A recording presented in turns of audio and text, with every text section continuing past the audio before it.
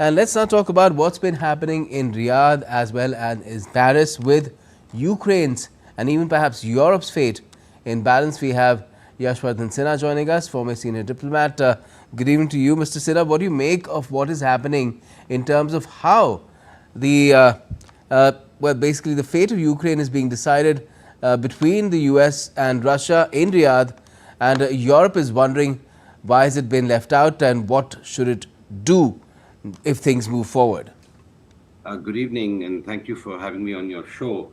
I think what we are witnessing is an age of complete disruption, not only in domestic politics in the US, but also US's foreign policy and relations with key countries. The telephone call between President Trump and President Putin seems to have yielded this forthcoming meeting. I believe it's going to be held tomorrow between Foreign Minister Lavrov of Russia and Secretary of State Marco Rubio of the US. And this, from what I understand, it's going to be talking about the entire gamut of Russia-US relations. Obviously, the focus will be on seeing how the Russia-Ukraine war can be brought to a conclusion. And I think that is why Europe is now feeling left out, because they are not on the table, at least for the talks tomorrow, scheduled for tomorrow. And then there is a summit, I believe, happening in Paris, where the major European countries, including UK, Germany, France, Spain, and a few, Italy and Denmark and a few others, will be meeting to discuss what Europe's strategy should be in dealing with this US initiative.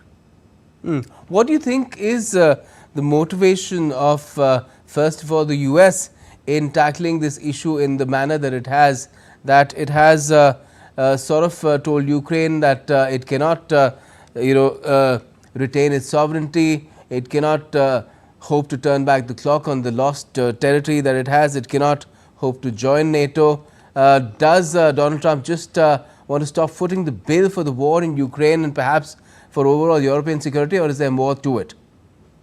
Well, certainly stop footing the bill for an almost sort of war that's dragged on for so long and no sort of prospects of ending. So an initiative certainly was required. And I think it's welcome because it's welcome for the rest of the world.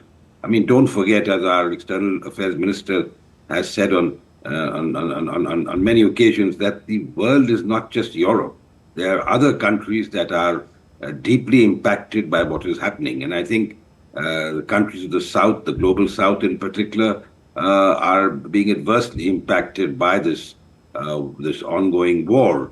And in many ways, a senseless war, because in the past, if you recall the history, the parties had agreed to the Minsk I agreement or protocol in 2014 and the Minsk II agreement of 2015. And if both parties had adhered to those agreements, and even 1 month after the war began, there was a talk of neutrality of Ukraine being discussed, but then again, that itself was stymied by other parties. So it's unfortunate that this war has dragged on for so long. There is certainly, a scope for an initiative that will bring an expeditious end to the war. What the contours of that peace agreement will be, it will be hazardous to guess. But I don't see Russia giving up too much territory. And if you recall, before the war started, Russia had Crimea and just a few parts or areas of Ukraine under which it had occupied. But since the war began, they've captured quite a lot of territory in Donetsk and the Donbas area. And so what the compromise, or if a compromise at all, is agreed upon, we'll have to wait and see. The meeting in Riyadh is very important, and then subsequent meetings between negotiators. President Trump has said that he will not leave Ukraine out, but I don't expect that Ukraine can continue maintaining its hard position regarding retrieving all the land that it has lost. So I would not like to second guess what the negotiators will agree on the negotiating table.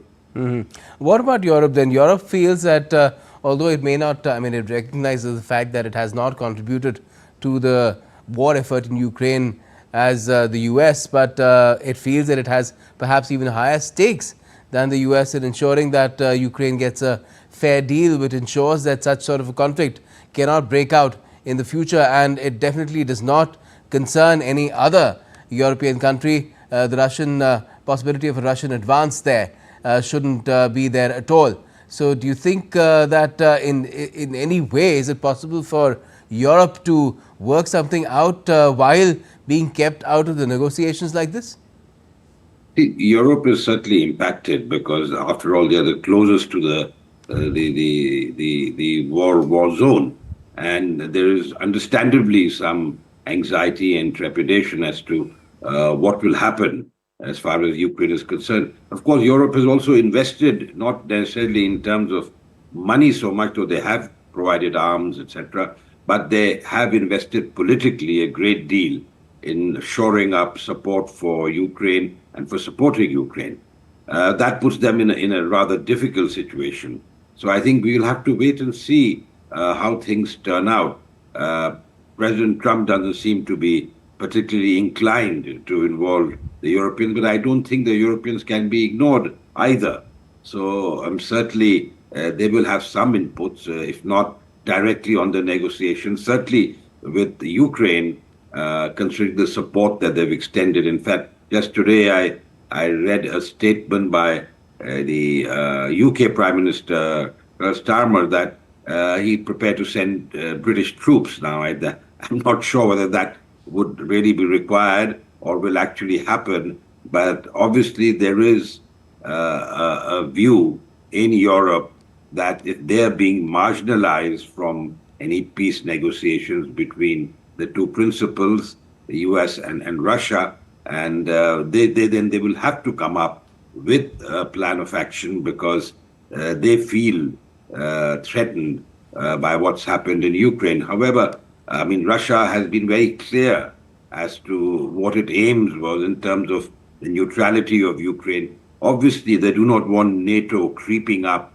right up to its borders. And if you recall past assurances given by the American leadership to Russia, I think these obviously have been observed in the breach since then.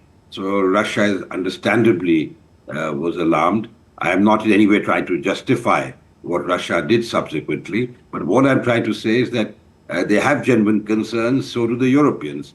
So I think the best way forward would be a negotiated settlement that ensures that while Ukraine remains an independent country, it is not seen as a threat to Russia or doesn't become a threat to Russia. Mm-hmm.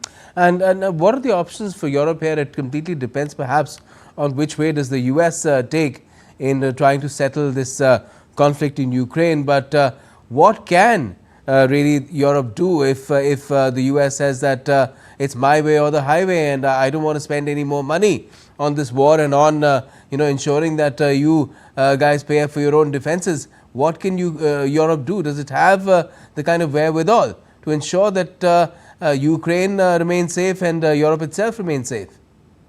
Well, they're between a rock and a hard place because their economies are not doing too well, though I saw a report today that the Spanish economy is doing rather well. However, I think they would need to pay up. That is something that President Trump has been talking about even in his first term as far as NATO is concerned. And I think it's only fair that, if there is some sort of umbrella that the US is providing, I think Europe should sort of bear a fair share of the burden. But what that would be, whether it be 5% of the GDP or less, 2.5%, all that, of course, has to be decided by the parties concerned. But there is, as I said, obviously some great concern in Europe that they are being left out of something that is crucially important to them. Ideally, of course, if they could make their peace with Russia in terms of allowing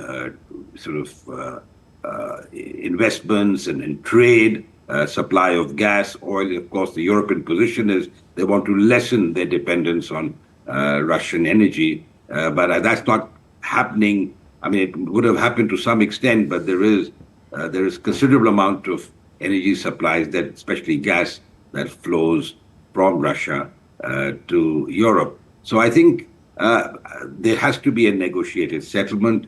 Europe obviously needs to be comfortable, but you cannot hold on to your rhetoric of the past, because that will get you nowhere.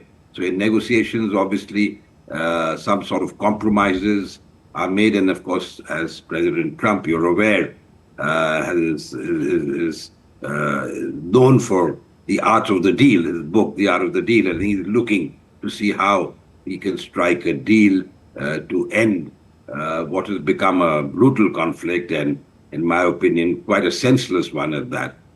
Yes, but a deal in whose favor is the big question, because Ukraine at the moment, it seems to be caught between pincer.